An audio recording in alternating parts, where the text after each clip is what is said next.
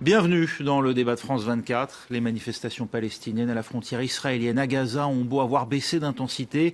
La journée de vendredi est encore dans toutes les têtes. 17 Palestiniens tués et plus de 1400 blessés. On n'avait plus vu cela depuis la dernière guerre en 2014. Quand on sait qu'Israël n'entend rien lâcher, alors que ceux qui sont à l'initiative côté palestinien de cette marche du retour comptent bien poursuivre leur mouvement de protestation pendant encore près de 6 semaines, on voit bien là le risque d'un dérapage. Va-t-on vers un nouveau conflit? On en parle avec Marc Attali. Vous êtes ministre plénipotentiaire et chargé d'affaires à l'ambassade d'Israël en France. Bonjour, merci d'être avec nous. Merci également à vous, Mounir Anastas. Vous êtes ambassadeur adjoint de Palestine à l'UNESCO. Philippe Moreau-Desforges, vous êtes chercheur vous êtes chercheur en relations internationales, auteur de la tentation du repli. C'est paru chez Odile Jacob. Et puis enfin Jean-Paul Chaniolo, professeur, président de l'IREMO, l'Institut de recherche et d'études méditerranéennes Moyen-Orient, auteur d'Israël-Palestine, la défaite du vainqueur. C'est paru aux éditions Actes Sud. Merci à vous quatre d'avoir accepté de débattre. Marc Attali, Tsahal a ouvert le feu vendredi sur des manifestants qui s'étaient approchés à quelques centaines de mètres de la clôture qui sépare Israël de la bande de Gaza. Les Palestiniens assurent que les manifestants ne présentaient aucun danger immédiat. Pourquoi donc avoir tiré? Il s'avère que parmi ceux qui ont été tués, il y avait au moins 10 qui faisaient partie des groupes armés du Hamas, et que pendant qu'il y avait des centaines qui étaient en train de manifester, eux, ils ont profité à se camoufler au sein de la population et ensuite de commettre des tentatives d'attentats et des attaques contre les forces israéliennes. Alors, dans cette situation, l'armée israélienne a riposté et a agi comme il devait le faire pour protéger la frontière israélienne et d'empêcher que cette frontière soit violée par le Hamas et ses supporters. Vous dites que ces manifestations, c'était en fait une tentative d'infiltration? Absolument, c'est une provocation du Hamas. Le Hamas, depuis plusieurs semaines, s'est organisé pour réaliser cette provocation. Je tiens à mentionner que le Hamas a investi plus de 10 millions de dollars pour organiser cette provocation, soit en payant les populations ou alors en les menaçant pour les emmener vers la frontière israélienne, pour se servir de cette population comme bouclier humain face aux soldats israéliens qui étaient là. Israël avait averti déjà que depuis plusieurs semaines qu'elle ne pourra pas tolérer une violation de sa souveraineté. Mounir Anastas, je vais vous laisser répondre. Israël a répondu avoir tiré contre ceux qui jetaient des pierres et des cocktails Molotov sur les soldats ou tentaient effectivement d'endommager la clôture ou de s'infiltrer en Israël. Le Hamas lui-même a reconnu que parmi les tués, 5 étaient des combattants du Hamas ou des membres du Hamas? Non, vous savez, toute la population palestinienne appartient d'une façon ou d'une autre à l'une des factions politiques, que ce soit Hamas ou Fatah ou Djihad ou Front Populaire, peu importe. Tous les Palestiniens, à partir de 12 ans, ils ont une sympathie politique. Cela ne fait pas d'eux des terroristes ou des combattants. Ça, c'est la première chose. La deuxième chose, M. Attali, il dit « il s'avère que ». Mais est-ce qu'il y a eu une enquête qui a avéré qu'il y a une dizaine qui appartiennent à Hamas? Peut-être il y a... Vous savez, moi j'ai la liste des noms, si vous voulez, je peux les citer. Oui, je peux vous les citer. Avez les âges? Les âges, vous avez 16 ans, 17 ans, 18 ans, par exemple, Abdel Fattah Abdel Nabi, celui qui a été tiré dans le dos, il a reçu les balles dans le dos, et on voit ça sur une vidéo que l'on trouve sur le site de Haaretz, un journal israélien. Un journal plutôt honnête. Vous renoncez au fait que le Hamas a déclaré... Je ne vous ai pas interrompu. Laissez-moi finir.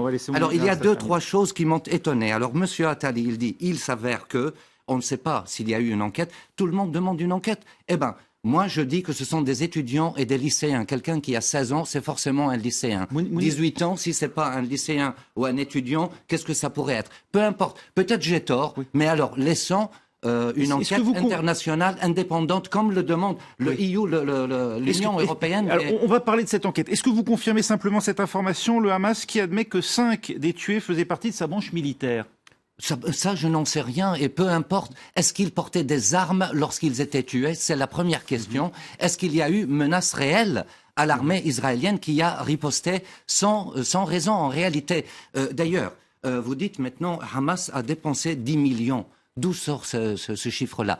Primo, secondo, ces manifestations étaient organisées, c'était la société civile palestinienne qui a appelé à ça. Et ça, c'est grâce à la politique intelligente et clairvoyante du président Abbas qui a toujours appelé à la résistance pacifique. Et ça en fait partie. Ça, Oui. c'est une résistance Justement. pacifique et qu'on ne peut pas reprocher. À ce moment-là, s'il a raison et si j'ai tort, laissons l'enquête Jean-Paul- internationale avoir lieu. Et à ce moment-là, on verra qui a raison, qui a tort. Je vais laisser Marc Attali répondre après, mais d'abord, Jean-Paul Chagnolot, c'était bien une manifestation pacifique. Du côté israélien, on dit qu'il y a eu des tirs de cocktails Molotov, il y a eu des jets de pierre. Qu'en est-il exactement? Je crois qu'on le voit un peu dans les images que vous venez de passer. Il faut d'abord se souvenir de la topographie des lieux. La topographie des lieux, la bande de Gaza, notamment dans cette zone-là, c'est plat. Il y a entre Israël et Gaza une zone dite de sécurité de plusieurs centaines de mètres, extrêmement gardée, on l'aperçoit sans doute dans ces images. Donc en fait, il faut bien comprendre pour vos téléspectateurs qu'il y a des manifestants en très grand nombre, plusieurs milliers, on parle de 20 000, 30 000. Ensuite, il y a cette barrière de sécurité sur plusieurs centaines de mètres, et les Palestiniens savent qu'ils ne peuvent pas y aller parce que sinon ils risquent leur vie. Et ensuite, il y a encore quelques centaines de mètres, et puis il y a des buttes de terre très élevées, d'où sont partis une bonne partie des tirs. Autrement dit, il n'y a eu aucun moment affrontement, et ce n'est pas un cocktail Molotov lancé de 500 mètres qui peut faire quoi que ce soit. Donc nous sommes vraiment dans une démarche pacifique, et je voudrais ajouter un point très simple, c'est que... Oui, mais dans une zone qui est une zone de friction, on sait qu'il y a... Bien sûr, voilà. mais je crois qu'il faut aller à l'essentiel. Et l'essentiel, c'est quand même qu'on a là environ 2 millions d'habitants, qui vivent dans des conditions épouvantables. Je crois que c'est ça. Et les gens étouffent littéralement. Et je crois que c'est ça la racine des choses. On va évoquer la situation, et notamment Gaza, au plan humanitaire à Gaza. Voilà, on y reviendra.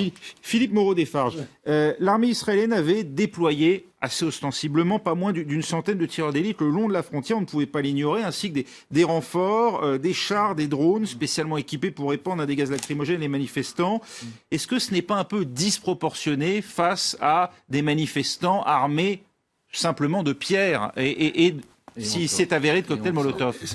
Simplement, moi, je vais rejoindre ce qu'a dit M. Chagnot, c'est que Gaza, c'est une bombe. C'est une bombe. Gaza, c'était 1 million d'habitants. 1 million d'habitants il y a quelques années. Maintenant, c'est 2 millions d'habitants. Donc, vous avez des êtres humains entassés dans des conditions de vie épouvantables. Donc, comment dire, je m'excuse, j'ai utilisé l'expression, ça finit par déborder. Ça ne peut que déborder. Donc, la véritable question, c'est, effectivement, il faut aller au-delà de ces problèmes de sécurité. Il faut à un moment donné réfléchir, et je pense que je suis obligé de poser la question à l'ambassadeur, quelles perspectives peuvent avoir ces Palestiniens, et notamment quelles perspectives ont les Palestiniens de Gaza.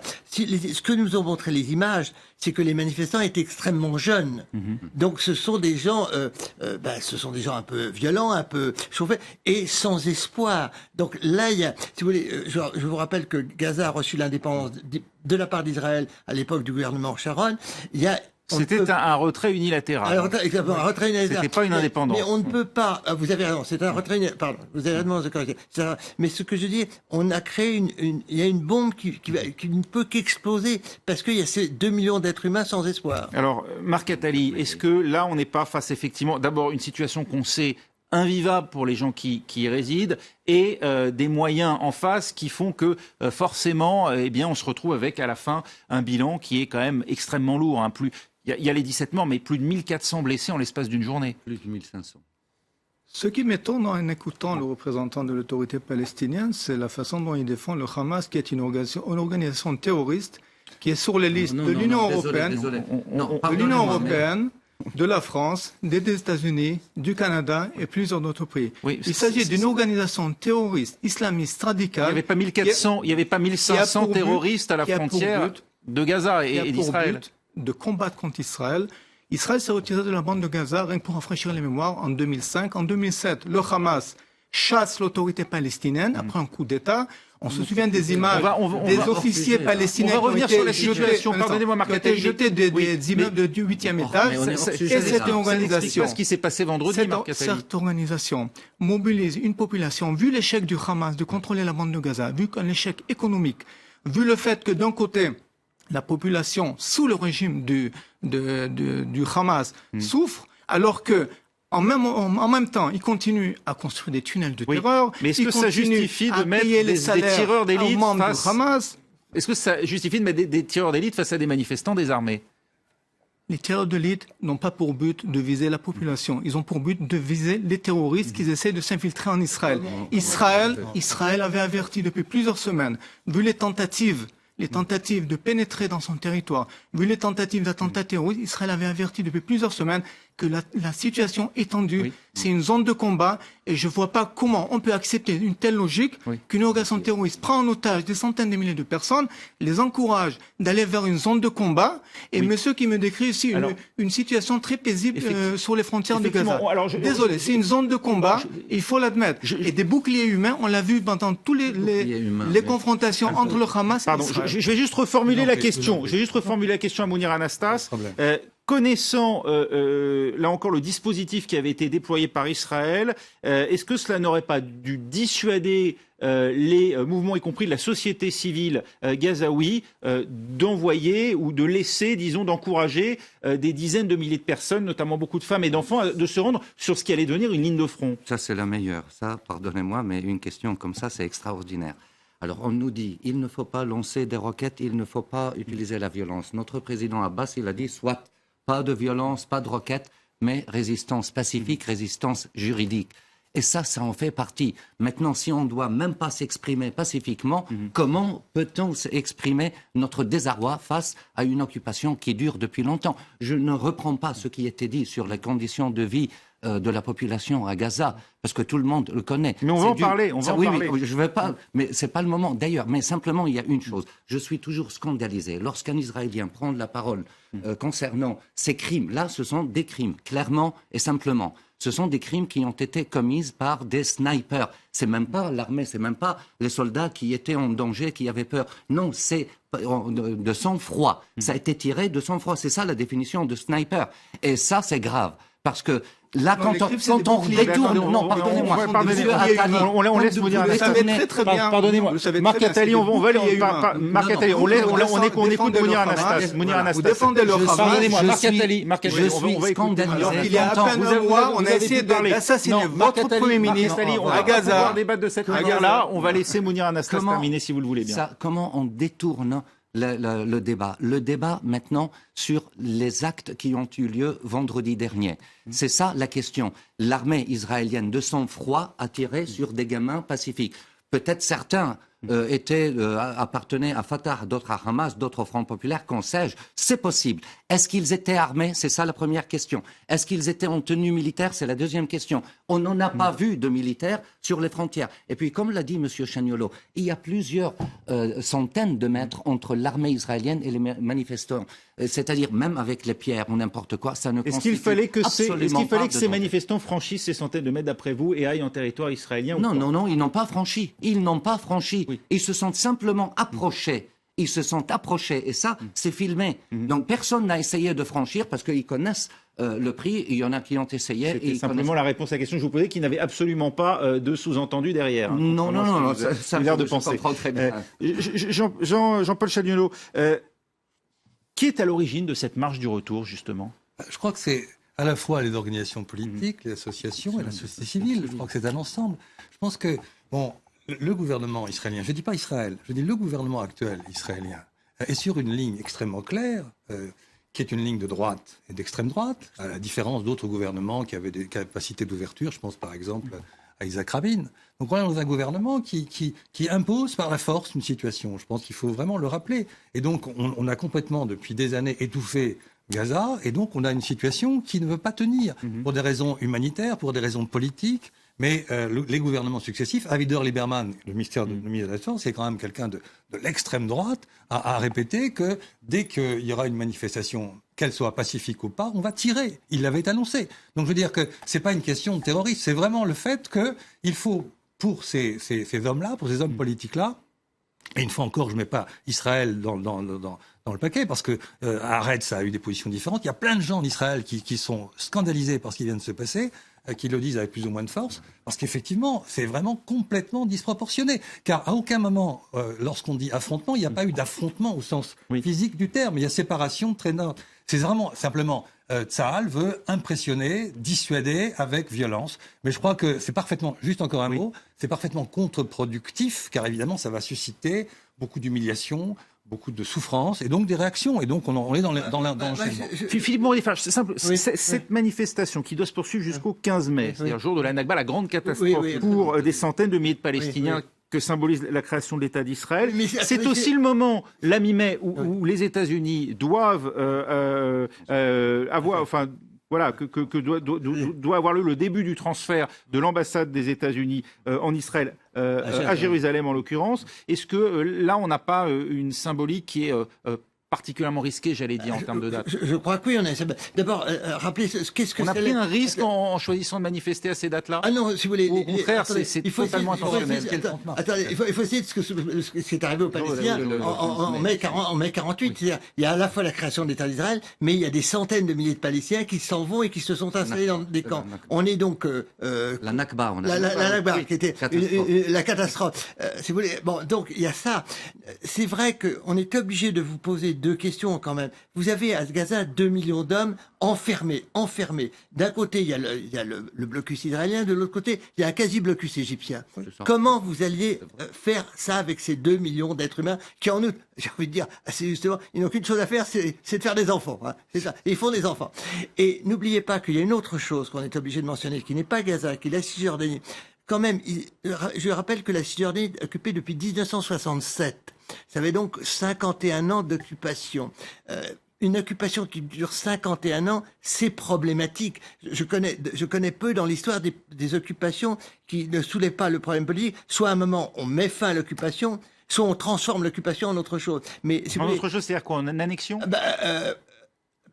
Oui, alors j'ai envie de dire, il y a deux solutions. Soit il y a la création de la séparation des territoires qui est très problématique aujourd'hui avec la colonisation. Vous avez raison. La deuxième solution, l'annexion. Mais attendez, l'annexion, ça veut dire que les Palestiniens de Cisjordanie deviennent des citoyens israéliens. Oui, alors on va évoquer justement tous ces scénarios-là dans la deuxième partie, puisqu'on arrive au terme de la première partie. Voilà. Je vous redonnerai à tous la parole. Sur le 30 mars, simplement rappeler que le 30 mars, c'est une journée qui est célébrée depuis 1976, qui est chez les Palestiniens la journée de la terre, parce que ce sont les Arabes israéliens qui protestaient contre le fait qu'on leur a pris leur terre. Il y a eu une répression israélienne à l'époque, qui a fait des morts, et depuis, on célèbre la journée de la terre le 30 mars. Oui, sauf que là, on va jusqu'au 15 mai. C'est ça qui est lié, oui. Sauf que là, on va jusqu'au 15 mai. On dirait que ce qui s'est passé hier, c'est une célébration, c'était une provocation, Mais ça, c'était c'est une le manifestation. habituel, Mais monsieur. bien sûr, Mais le langage habituel, on va quand même. On va reprendre le débat. On va reprendre le débat dans un instant. Pardonnez-moi. On va reprendre le débat dans un instant. On va essayer de sortir de cette journée de vendredi pour essayer de plus généralement comprendre quelle est la situation aujourd'hui à Gaza et les possibilités éventuelles d'une reprise du dialogue israélo-palestinien. Restez avec nous.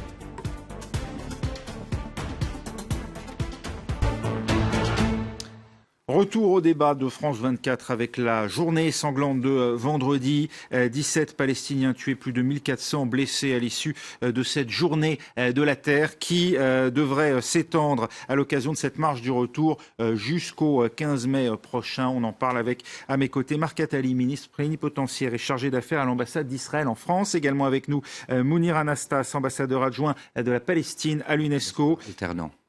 Pardon ? Ambassadeur alternant. Ah pardon, alternant et non pas adjoint, excusez-moi.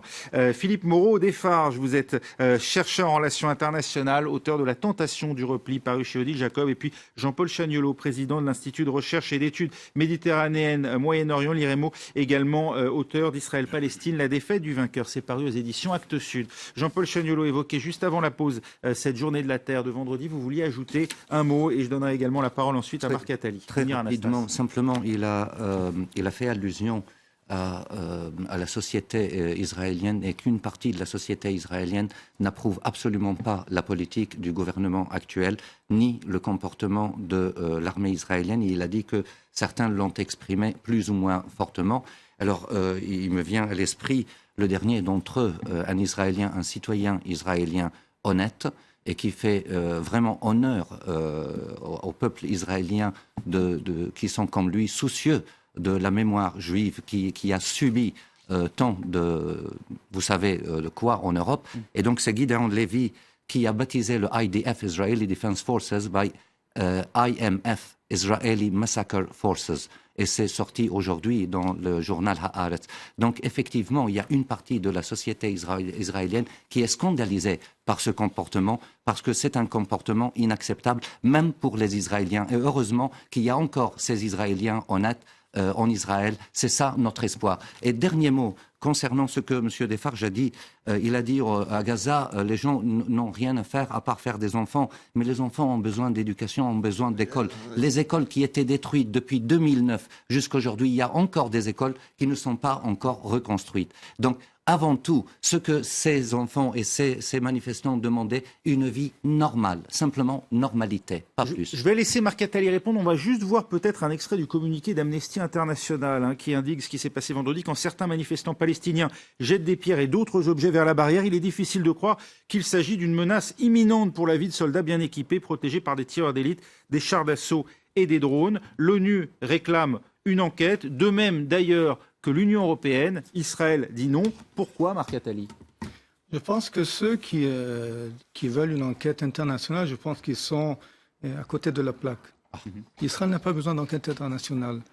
L'armée israélienne, en tant qu'une armée d'un pays démocratique, mène ses enquêtes en temps de routine et en temps de guerre et en temps de combat. On n'a pas besoin des enquêtes internationales. Vous pensez qu'une enquête... Pardonnez-moi, on va laisser répondre à son tour. Vous ne pensez pas qu'une enquête peut permettre, si vous dites, comme le dit Benjamin Netanyahou, qu'il s'agit de l'armée la plus éthique au monde, qu'une enquête internationale permettra de l'établir, si c'est le cas ? Oui. S'il y a quelque chose à enquêter, Israël fait ce que doit le faire. Elle n'a pas besoin qu'on lui impose une enquête internationale. Ce sont des choses qui défendent des enquêtes se mènent d'une routine dans l'armée israélienne. Vous pensez qu'une enquête internationale serait biaisée ? Mais non, le problème est biaisé. Le problème est ceci. Le passé nous montre, du passé nous montre que toutes les enquêtes internationales étaient biaisées. On regarde ce que dit peut-être Benjamin Netanyahou. Aucune intention de collaborer avec une telle enquête. Quand je vous l'ai dit, on n'a pas besoin d'enquête internationale. Nous, l'armée israélienne, dans sa façon d'opérer, il mène des enquêtes quotidienne sur toutes ces opérations militaires, si c'est à Gaza ou ailleurs, et même en temps comment dire, quand les temps sont calmes, ou même quand des temps de tension. Est-ce que tous les une autre chose. Monsieur, est-ce que tous les soldats israéliens sont d'accord avec vos propos ? Une autre chose. Il ne faut pas oublier une chose. Le Hamas, une organisation islamiste radicale, laissez-moi finir. On est toujours dans ce qu'on veut en parler. Le Hamas n'est-ce pas une organisation terroriste ? Non, pas du tout. Elle est reconnue par la France, par l'Union européenne, par les États-Unis. Le Hamas qui menace la sécurité de Mahmoud Abbas. Quand je vous l'ai dit tout à l'heure, pourquoi vous niez le fait qu'ils ont essayé d'assassiner votre Premier ministre ? Alors, Monsieur Kahn, quel est notre sujet ? Deuxièmement, ça c'est un deux. Le Hamas. On va parler de Gaza, justement. On va parler de Gaza. Qui c'est qui subventionne le Hamas ? Armement et financement. Les Iraniens. Il y a plusieurs lieux dans le Moyen-Orient dans lesquels les Iraniens sont impliqués. Ils sont impliqués aussi à Gaza avec le Hamas. Ils leur fournissent des armes, ils leur fournissent du financement. Ils font la même chose avec le Hezbollah. Et ce qu'on voit, c'est que même dans les pays arabes, 17 jeunes Palestiniens. Vous parlez une partie, le Hamas a admis ce que dit Recep Tayyip Erdogan à son tour. Écoutez le fait. Vous n'êtes même pas prêt à admettre que le Hamas a déclaré qu'il y avait au moins, lui il a déclaré au moins 5 qu'ils étaient des hommes armés, et vous niez même ce fait. Alors, où on est dans les faits, où on est dans les illusions. Alors si on promet aux Palestiniens qu'à franchir la frontière israélienne, et on leur promet le paradis, c'est pas du tout ça. Le problème est ceci, il y a un échec de Hamas de contrôler la banque de Gaza, il y a un échec économique qui est dû au Hamas. Le Hamas, d'un côté, pourquoi il y a un blocus côté égyptien ? Parce que le Hamas collabore avec des groupes terroristes affiliés à Daesh. C'est ça le Hamas. Alors il faut l'admettre. Marc Attali, c'est donc une opération antiterroriste qu'a menée l'armée israélienne. Absolument. Écoutez ce qu'en pense Recep Tayyip Erdogan, le président turc, lui. Hey Netanyahou, tu es un occupant. Et c'est en tant qu'occupant que tu es sur ces terres. En même temps, tu es un terroriste. Ce que tu fais aux Palestiniens opprimés sera inscrit dans l'histoire et on ne l'oubliera jamais. Je crois que le peuple israélien est mal à l'aise avec ce que tu fais. Jean-Paul Chaniolo, ce que vient de dire Recep Tayyip Erdogan, qui lui-même s'est fait accuser par certains journaux turcs, c'est le cas de nos confrères de Cumhuriyet, d'avoir parfois aidé des groupes combattants en Syrie à la limite de ce qu'on peut parfois qualifier de groupes terroristes, que certains pays occidentaux qualifient terroristes. Est-ce que d'une certaine manière Israël ne s'est pas mis, avec ce qui s'est passé vendredi, dans une situation extrêmement compliquée de pouvoir se faire aussi attribuer ce type de qualificatif, justement ? Je crois que le problème du gouvernement actuel et de ses représentants, tout tout à fait honorables et légitimes, sont dans des éléments de langage qu'on connaît par cœur. C'est-à-dire, au lieu de se projeter dans quelque chose qui pourrait être une réflexion sur les possibilités d'une paix, touchant aux questions fondamentales, l'occupation, la colonisation, et donc la nécessité d'avoir un État palestinien à côté de l'État d'Israël, on est en boucle. Monsieur l'ambassadeur a sans doute évoqué au moins 10 fois le Hamas. C'est-à-dire qu'on a des éléments de langage qui consistent à dire le Hamas est responsable de tout. Quand il y a des événements comme ça, il y a toujours le deuxième point qui est dire il se sert des civils comme des boucliers humains et donc c'est des terroristes. Ce qui est évidemment totalement faux et erroné. Mais c'est le discours en boucle de ce... Et moi j'attends avec beaucoup d'intérêt, d'impatience, un jour un représentant d'Israël dire bon, il y a eu ça, c'est regrettable.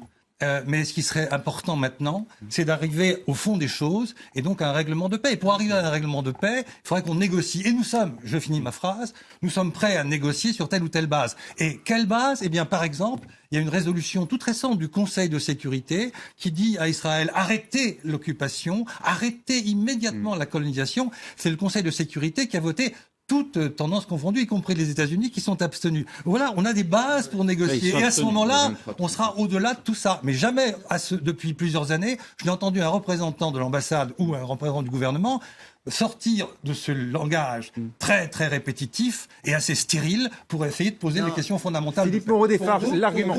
Pardonnez-moi, Marc Attali. Bien sûr, c'est un langage. Mais vous en êtes prisonnier. Pardonnez-moi, Marc Attali, le terreau. Marc Attali, Jean-Paul Chagnolot. Vous en êtes Ce n'est pas à vous de parler. Si vous voulez bien, on écoute Philippe Moreau-Desfarges. Philippe Moreau-Desfarges, l'accusation de terrorisme à l'égard du Hamas, inscrit comme organisation terroriste ici même en France. Est-ce que ça ne pose ça ne donne pas des arguments justement à Israël ? C'est vrai que certains États qualifient Hamas d'organisation terroriste. C'est un qualificatif qui est la France. Non, mais attendez, je me permets de vous rappeler que dans l'histoire, il y a eu des organisations qui sont devenues légitimes, qui étaient des organisations terroristes à d'autres époques. Je ne veux pas mentionner de noms, mais je peux vous citer des noms d'organisations et de premiers ministres qui étaient des terroristes à d'autres époques. Non, moi je voudrais vous dire sur un point plus important. Les mouvements sionistes en leur temps étaient considérés comme terroristes dans beaucoup de pays européens. Je ne l'ai pas dit. D'où vous sortez cette information? C'est une vérité historique. On a lutté pour une indépendance. On a lutté pour une indépendance. On était prêt. On a été prêt aussi sous la déclaration. On a été pour une indépendance, d'autant plus. Non, écoutez, non. Mais on peut pas. Mais c'est une vérité historique. Monsieur, le langage.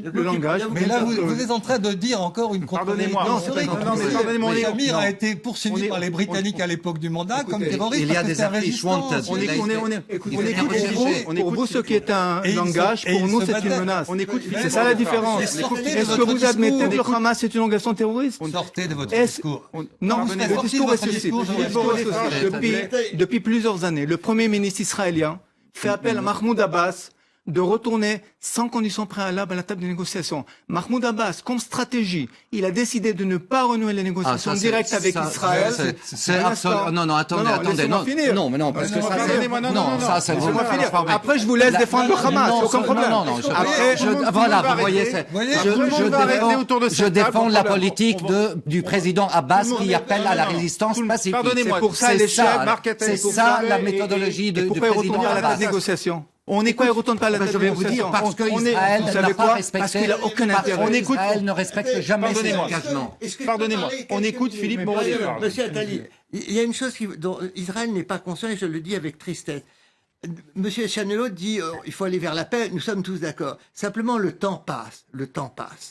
Et le temps... Je ne suis pas sûr que le temps joue en faveur d'Israël. Israël a des atouts énormes. Aujourd'hui, Israël est incontestablement fort, c'est un pays dynamique avec un secteur de scientifiques remarquable, etc. Mais le temps joue contre Israël.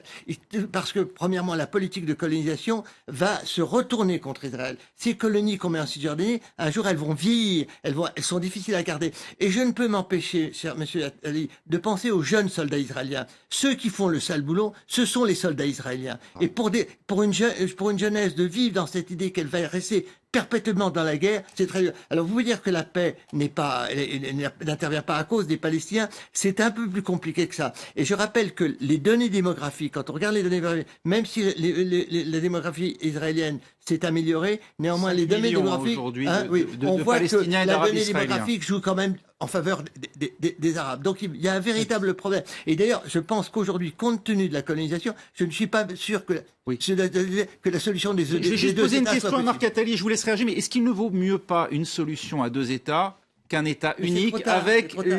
l'incidence démographique que l'on voit aujourd'hui? Alors, premièrement, les appels du Premier ministre israélien au président de l'autorité palestinienne de retourner à la table de négociation a été rejeté. Non pas qu'un rejeté, il n'a même pas réagi. Alors, comme stratégie, il préfère des instances internationales au lieu de négocier directement avec Israël. Vous savez très très bien que tout ce que les Palestiniens ont pu avoir, c'était grâce à la négociation avec Israël. Alors, ce que dit le Premier ministre israélien, on retourne à la table de négociation sans condition préalable et on met tout sur le tapis, on parle de tout. Sur la base, mais pas à travers, c'est trop facile. Mounir Anastas, Est-ce que vous êtes prêt de le faire? Permettez-moi de vous poser une question à mon tour. Cette question du droit au retour des réfugiés qui a été posée lors de cette manifestation de vendredi, est-ce qu'elle ne rend pas impossible finalement l'idée d'une solution à deux États elle aussi? L'initiative de Genève elle-même avait écarté cette idée pour privilégier en revanche le fait que à l'Aqsa, l'esplanade des mosquées revienne aux Palestiniens en échange de l'abandon et de l'indemnisation, donc du droit au retour. Alors, je vais vous répondre. Donc, je suis obligé de négliger ce qu'a dit M. Attali, parce que de toute façon, c'est un disque rayé a priori. Cependant, maintenant, pour répondre à votre question, le droit de retour est garanti par une résolution internationale qui est le 194. Droit au retour ou indemnisation. Retour ou indemnisation. Oui, donc il y a une résolution internationale. Et puis, rappelons-nous que l'admission d'Israël en tant qu'État membre aux Nations Unies était conditionnelle. L'une des conditions, c'était le respect des résolutions, y compris la résolution 194. Où en sommes-nous? Vous dites qu'effectivement, le retour, parce que maintenant... la démographie rend impossible le maintien d'un État juif. C'était 725 000 à peu près qui étaient expulsés. Maintenant, ils sont plus de 5 millions. Les chiffres, c'est entre 5 millions et 6 millions. Et le retour s'avère difficile ou impossible, etc. Mais notre leadership a bien exposé le problème. Ils ont dit, d'abord, il faut reconnaissance du principe de la responsabilité d'Israël pour ces réfugiés, c'est la première chose. Et ensuite, ça sera négocié, la solution. Il y a une solution négociée, ça veut dire, on comprend bien, on est pragmatique, on sait que le retour massif des réfugiés palestiniens est impossible. Mais par contre, la reconnaissance de la responsabilité historique d'Israël est indispensable, est un préalable à toute négociation pour résoudre ce problème de retour. Jean-Paul Chagnolot. Oui, moi, je voudrais simplement revenir au droit international. Et à la résolution dont je parlais, qui est une résolution fondamentale de décembre 2016, la 2334, dans laquelle il y a tout. Et en particulier, il y a le fait de dire qu'il faut arrêter impérativement la colonisation. Or ça, c'est quelque chose qui est très unilatéral. C'est-à-dire quand Israël dit on est prêt à faire la paix, ce dont je doute aujourd'hui, non pas Israël, mais ce gouvernement-là ou ces gouvernements-là, la réalité, c'est que depuis des années et depuis 15 ans, avec une accélération incroyable, on a maintenant quelque chose comme 600, 650 000, peut-être 700 000 colons. Et en septembre dernier, le gouvernement Netanyahou a organisé une très grande manifestation, d'ailleurs critiquée aussi en Israël, pour dire et pour fêter 50 ans de colonisation. Et ça, évidemment, c'est pas non seulement concevable pour les Palestiniens, ça c'est leur affaire, je dirais, mais c'est parfaitement contraire au droit international qui vient d'être appelé lors de cette résolution. Donc il faudrait que les Israéliens, qui sont vraiment désireux de paix, commencent par dire on arrête la colonisation. Or c'est exactement l'inverse qui se produit. Et j'ajouterai un point, c'est que très probablement, dans les mois qui viennent, c'est une hypothèse, mais avec Knesset, on en a beaucoup parlé, on envisage des annexions autour de Jérusalem pour aller encore plus loin. Donc en fait, on veut négocier, mais on ne veut pas négocier sur les réfugiés, on ne veut pas négocier sur Jérusalem, on l'a bien vu, on ne veut pas négocier sur la colonisation. Donc si les dossiers fondamentaux sont retirés, qu'est-ce qui reste? Est-ce que les constructions ne sapent pas la possibilité d'un dialogue? Il faut mettre les choses dans le contexte. Je reviens à ce qu'a dit le représentant de l'autorité palestinienne. Je tiens à vous rappeler, vu que vous nous faites un peu de l'histoire, le leadership palestinien et les pays arabes ont rejeté la résolution de la partition, c'est un fait que vous pas nier. Deuxièmement, même la résolution, écoutez jusqu'au bout, au moins, je vous enseigne un peu d'histoire quand même. J'écoute. Alors, la résolution 194 a été rejetée par les pays arabes et par le leadership palestinien. Vous savez pourquoi?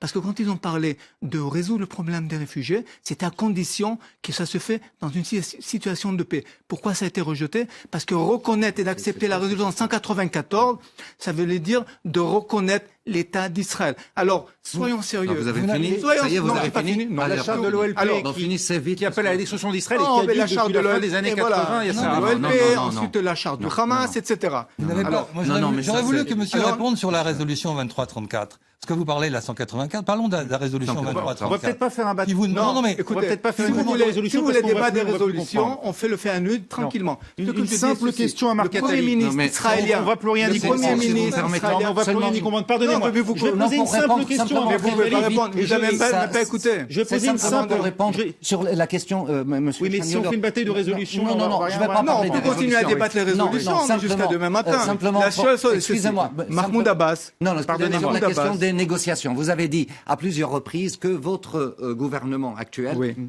chose que tout le monde n'y croit pas, Allez, à votre question. veut retourner à la table de négociation.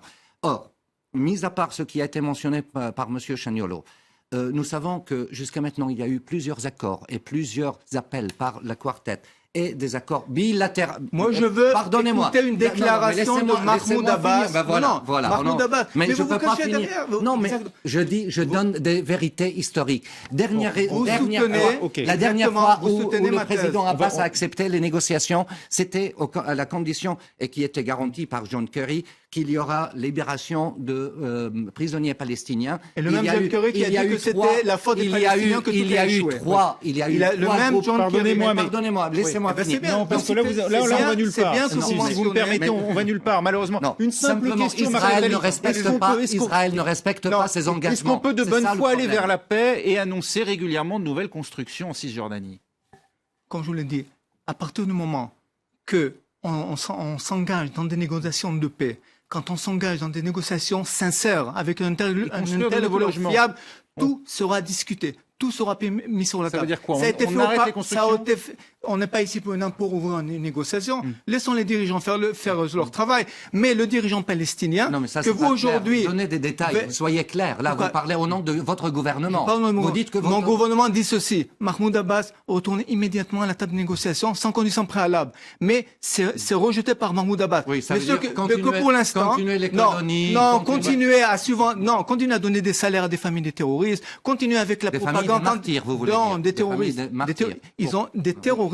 Vous admettez pas que le Hamas est une organisation terroriste. Non, mais- Et le on arrive à la vous fin. continuez. Et on Vous arrive à la continuez. fin. Et on- Je pensais que vous étiez Excusez-moi. le représentant. On de arrive à la l'autorité fin de ce débat, palestinienne, malheureusement. Pas le représentant du Hamas. Il y a un moment où les micros seront coupés. Soyons Je vous remercie sérieux. à tous les Vous deux. savez- Je vous remercie vous à tous les savez deux d'avoir accepté de exactement où se trouve le participer. problème. Je remercie. Malheureusement, on ma peut plus. tristesse pour les familles des victimes palestiniennes, les 17 qui ont trouvé la mort à cause des snipers de sang-froid. Moi, j'exprime la tristesse Merci. pour tous ceux qui sont victimes du terrorisme. C'est ça ce Merci que vous beaucoup dites. à Ça, vous on deux. n'entend pas de Merci victimes. Marc Attali. Ici, c'est Merci, en France, merci en Mounir Israël, Al-Aftache. ailleurs. Je voudrais simplement des laisser un armées dernier mot. d'occupation Peut-être aussi. Jean-Paul Chaniolo et Philippe Moreau-Desfarges très rapidement.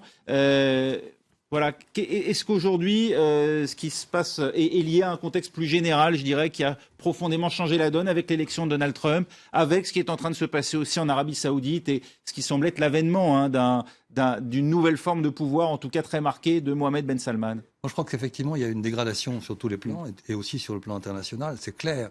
Et ce qu'a fait Donald Trump ne va pas aider à une réflexion sur la paix au Moyen-Orient. Et j'ajouterais juste un mot, c'est que ça serait bien un jour de faire une émission qui partirait du droit international, parce que c'est là que sont les bases connues d'un règlement possible qui sortirait peut-être de ces langages un peu fermés que nous avons entendus. Philippe Non, Moreau-Desfarges. si vous voulez, les États-Unis avaient quand même veillé à être au-dessus des partis et à des médiateurs comme Jimmy Carter faisant la paix entre l'Égypte et Israël. Là, franchement, les États-Unis prennent quand même parti pour Israël et ça crée, il y a vraiment le sentiment. Et n'oubliez pas, vous savez, il faut... Il y a un pays qui le fait. Hein. Non, vous êtes soutenus par beaucoup de soyez pays. sérieux. Non, vous êtes soutenus On a par beaucoup de pays amis, mais voilà, Il y a vous beaucoup de attaquez pays les États-Unis. C'est vrai Voilà. que vous étiez un peu seul sur ce plateau, Oui. je le reconnais. Mais enfin, bon, voilà, c'est aussi l'avis que ont Oui, un mais, certain nombre de gens face à la situation. Israël s'isole d'elle-même grâce Non, à Israël, leur non. pratique. Et puis, il Jusqu'à faudrait présent, rendre hommage à vous certaines savez, organisations. vous savez on a plus le temps. exactement, Non, non, on a vous plus le savez temps. exactement. Merci la à vous, Mounir position. Al-Aftache, merci à Marc Attali, merci à Jean-Paul Jean-Paul Chaniolo et merci à Philippe Moreau-Desfarges d'avoir accepté de débattre. Tout de suite, un œil sur les médias.